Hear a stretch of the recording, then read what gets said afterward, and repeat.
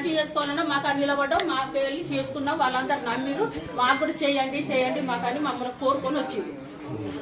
మాకు పదవి కావాలని కాదు, ప్రజలకు సేవ చేయాలని మేము వచ్చినాం అంతే. నా కొడుకు పిచ్చోడు ఉన్నాడు, అందరికి అది వేసుకొని రోడ్ల మీద తిరిగేటోడు కాదు. పొద్దున్న లేతే సేవ చేసుకున్నాడు. లేచినప్పటి నుంచి నల్ల రాలేదంటే కరెంటు బుగ్గ పెట్టినాక నిద్రపోడు. మా ఇంట్లో నిద్రపోయాడు ఆయన పెట్టే ఆఫీసర్ కూడా నిద్రపోయాడు. మేము అట్లా చేస్తాను కనుక ప్రజలు మాయ పెట్టున్నారు. మరి మాకు ఎందుకు ద్రోహం చేయాలి ఇట్లా? అప్పుడు పోయి మేము కూడా ఏడ్చినాం. శంకర్ నాయక్ పిల్లల్ని చేతులు పట్టుకొని ఏడ్చినాం.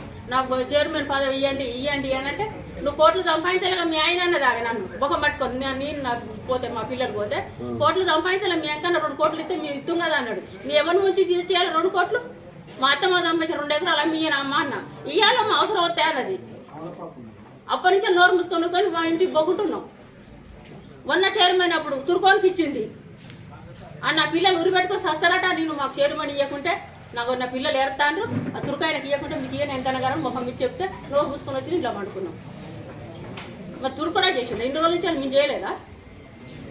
నీ ఇంట్లో పూజ చేస్తే కూడా నేను నా మొగడు 50,000 1,00,000 రూపాయలు ఇస్తే అయ్యప్ప సాయి పూజ పెట్టుకుంటావు, గణేశుని పూజ పెట్టుకుంటావు. నువ్వు లేకుండా నీ ఇంట్లో సేవ చేస్తాడు. కానీ ఇవాళ మాత్రం బనికిరాడు. ఏం తప్పు చేసినాం మేము? మాదొక్క నీకు చెప్తాను. ఆయన గెలిచిన ఇంట్లో ఎన్ని ఎకరాలు రిజిస్ట్రేషన్ చేసుకున్నాడో అక్కడ డాక్యుమెంట్ తీయండి. మాది మారిన ఇంకా 10 సంవత్సరాలు సేవ చేసిండు.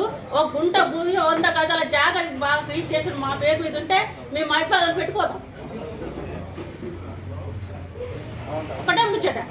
ఆయన ఎన్ని సంపాదించారు? వాళ్ళందరూ చుట్టుపక్కల 100 ఎకరాలు ఎట్లా సంపాదించారు, నేను ఎట్లా సంపాదించినా మారిన ఇంకా చదువు. నాకు 2 ఎకరాలు పొలం అమ్ముకున్నాను. ఇప్పుడు అడ్డి కావచ్చు.